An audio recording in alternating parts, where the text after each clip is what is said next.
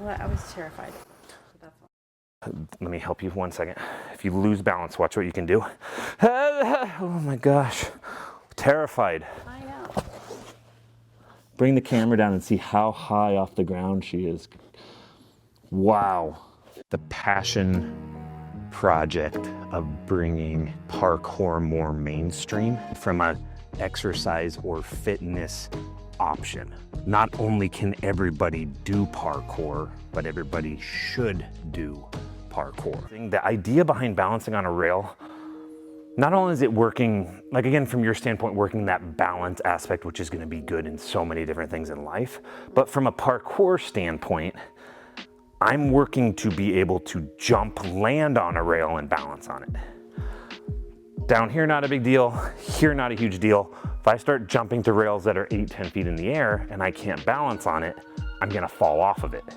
Even if balance and be in control, when I fall off, if I'm somewhat balanced and in control, I can lower myself better. Since I'm wanting to land on it and stick it, when I'm practicing balance, how should my feet be? Together. Exactly.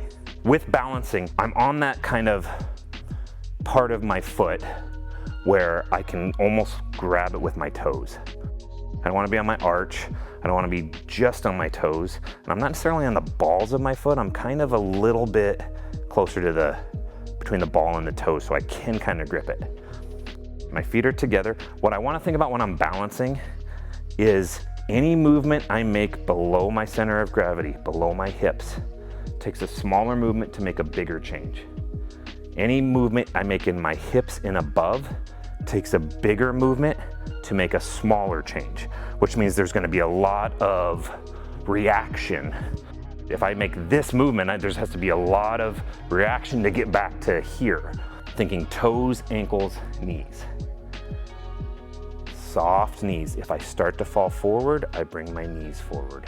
If I start to fall back, I bring my knees back. Ultimately, I want to stay in one plane. I'm not here.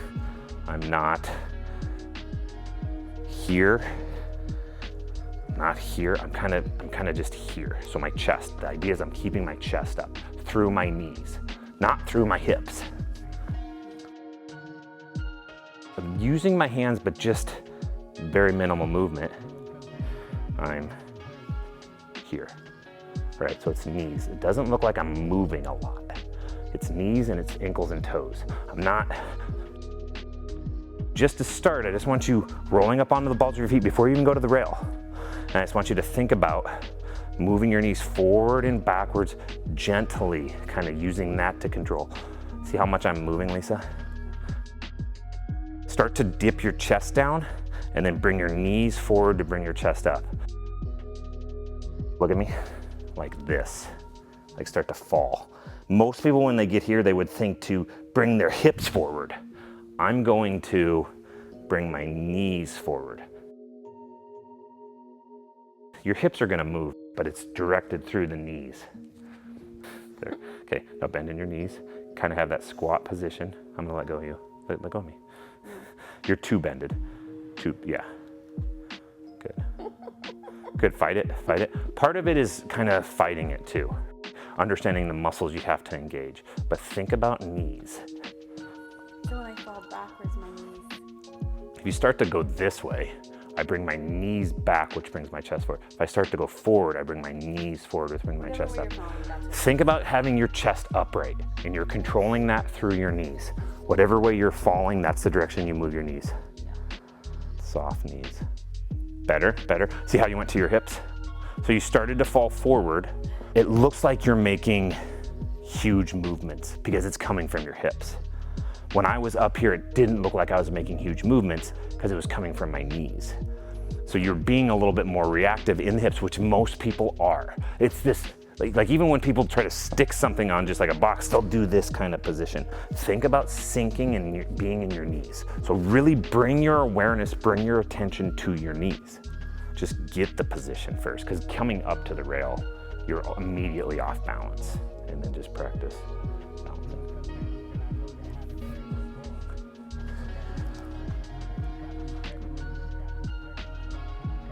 Even with the hand on, just practice kind of moving your knees forward and backwards. You don't want to be stiff. this is one of those things, it's not very exciting, but what I was gonna say is it's super beneficial for what we've talked about from a functionality and daily life standpoint.